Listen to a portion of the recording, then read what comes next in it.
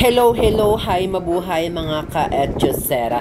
At ayan, kamusta po ang mga ka-Edyosera natin dyan? At happy Sunday to everyone. At bago nga po ang lahat, ayan, welcome sa aking mini vlog. Ito ang Edyosera vlog.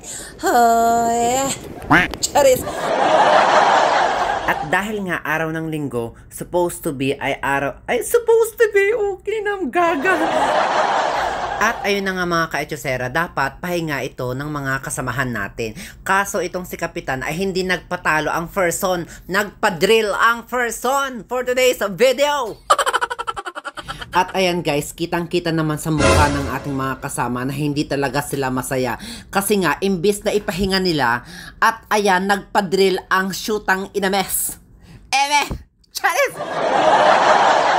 At bakit pa kasi linggo? Pwede naman sa Monday, Tuesday, Wednesday, hanggang Friday tayo mag-drill. Carry lang. Totoo mga ka-Edyosera, pasabog yung kapitan namin dito. Halos 8 beses kaming nag-drill sa loob ng isang buwan at pwede na kaming ipadala sa Paris, France para lumaban sa Olympics 2024. O, diba? Kaloka! At ayan mga ka-Edyosera har, pa-emote-emote lang dyan ang baklahar kasi nga, pangitar ang baklahar. Charis! At ayan na naman po si baklahar na may hawak na talihar na parang may binabalak har na gustong itali si Kapitan Har. Charis! Lang. At ayan guys, emote-emote lang tayo dyan for today's video habang busy pa ang ating mga kasama dito sa pagbaba ng ating rescue boat for today's video. At ayan nga po, kung nakikita nyo, ang nakasakay dyan ay isang AB, isang 3rd officer at isang 4th engineer. Sila po yung mga nakatoka dyan sa rescue boat at sila po yung bababa doon sa dagat. Sila po yung magte-testing ng ating rescue boat. At ito naman po yung ating mga kasamahan na mga supporting actor. At sila po ang ating mga magtatawag dito.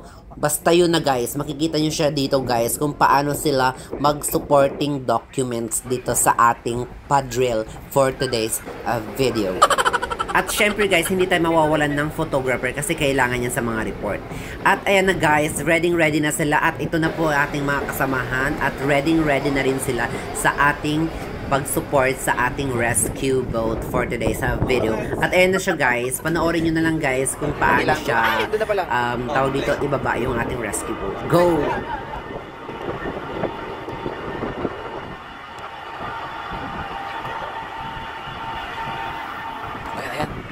Maghihila muna tayo.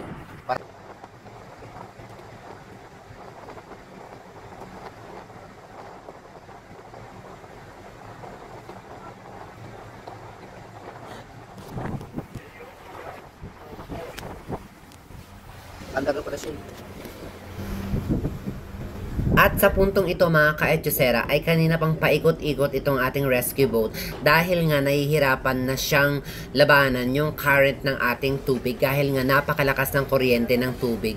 E nahihirapan silang pumunta doon sa dati nilang pwesto para ibalik yung mga kasamahan natin dito sa taas. Alam nyo guys, kung ako sa kanila, hayaan na lang namin sila dyan. Total, ginusto naman nila yan eh. O, dyan na lang kayo ha? Okay, sige, go, bye! Charis lang. At ayan guys, umikot na naman sila dahil nga nahihirapan talaga sila. At ayan na yung mga kasamahan natin ay todo rescue na sila sa ating paghila doon sa ating rescue boat. At ayan guys, panoorin nyo.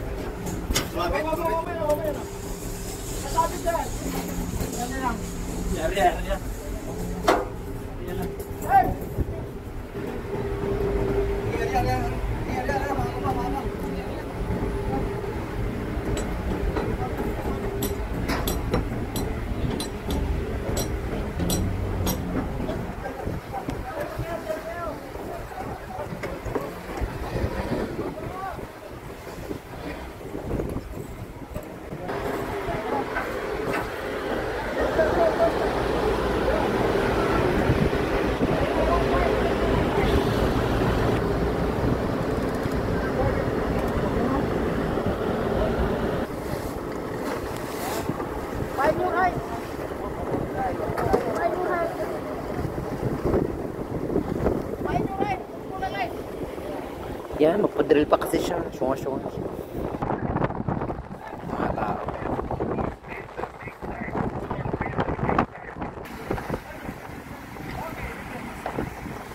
At ayun na nga mga ka-Etyos Serahar, after 24 years, at ayan, finally, nakaakyat ng ating rescue boat at safe na rin ang ating mga kasamahan for today's video. At ayun lang mga ka-Etyos Sera, at ayan, maraming salamat po sa pagsuporta at patuloy lang po kayong mag-like, follow, and share sa aking mga post videos. And ayun guys, maraming salamat and God bless. Mwah!